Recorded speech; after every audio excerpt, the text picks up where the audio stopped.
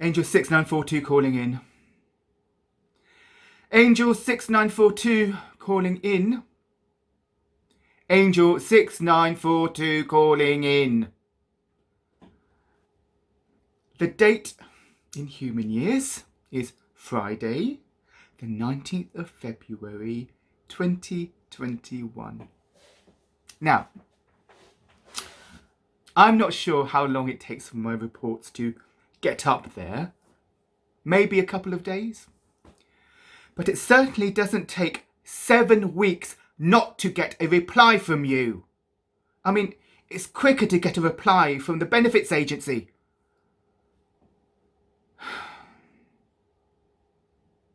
Anyway, I'm happy to report that the weather is much nicer here in the UK. But I do think that the angels in the weather department just sent all the snow towards the USA because they're now suffering from deadly snowstorms. In a place called Texas, they're having power cuts because all their electricity lines were blown over and their wind power machines aren't dealing at all well with all that wind. And as a result, I think there are long queues at fast food places because of the lack of power. People are afraid to open their fridges in case their food goes off. And the same issue is facing my human host because he lives off fast food, as you can tell, and he's afraid of opening his fridge in case he has to cook. But I do admire the people of Texas because they are dealing with this very, very well. I mean, they have neighbours helping other neighbours. They have businesses helping people that cannot cope. And the people that can cope are in turn helping out businesses. The only disappointment is the senator of Texas who's escaped to Mexico with his family. Which is very odd because he belongs to the party that wanted to build this massive wall to stop Mexican families escaping to the USA.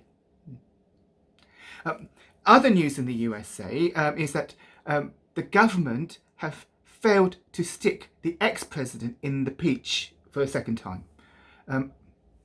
I think they were trying to stick him in a fruit that was too small. I mean, they should aim for something bigger. Maybe they should have in-pumpkined him. Now, part of the reason they wanted to impeach the ex-president was that they were afraid that he would try to run again for president. And I was thinking, wouldn't it have been better and more sensible to actually address and listen to the issues of the people that voted for the TV star in the first place, rather than try to stick him in a bit of fruit and vegetable? In the UK, there's a bit of sad news because the husband of the Queen isn't feeling very well, so they've taken him away into a hospital. Now, it's okay because he doesn't... so it's fine, he's not in danger, but they want to keep an eye on him. But this brings up an issue that I don't quite understand, and that is, why is the Queen's husband not called a king? I mean, he's called a prince, and he's called a duke, and he's called a dangerous driver, but he's not called a king. Anyway, it looks like that husband of the Queen is going to have his 100th birthday this year. Happy birthday! And it's tradition that the Queen sends a telegram to anybody who's reached their 100th birthday. But I do wonder, does that mean she's going to save on a card and a present? Now, there is really good news in the royal family.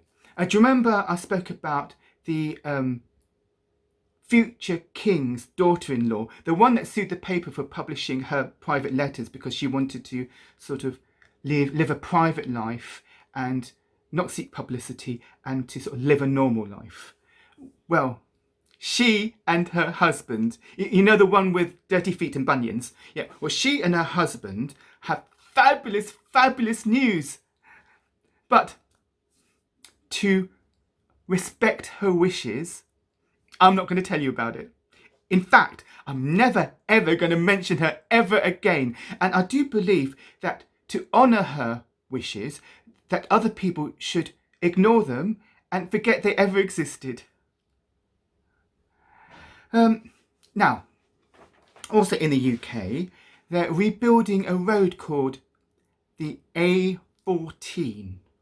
And they discovered something called an ancient Roman phallus, whatever that is. Now, it seems that phalluses were a lucky symbol in Roman times, and soldiers used to wear them on their helmet as they marched off to war down roads. And I do believe that this is a tradition that has been kept to current day, because when the human host takes a taxi, the drivers always talk about these people with phalluses on their head. Now, I think we up there have been underestimating the determination and resilience of the human people, because despite everything that is happening in the world, you know, the virus and the wars and the Twitters and the Facebook and the TikTok, anyway, despite all that, they still want to explore their universe. And an agency called NASA want to discover if there's any life on Mars. And to do this, they're going to crash a machine at high speed into the planet, killing anything that it hits and bringing a deadly virus if it's not wearing a mask. I'm so glad we angels live on clouds. Anyway, I'll send you a report next week, and I hope you do reply.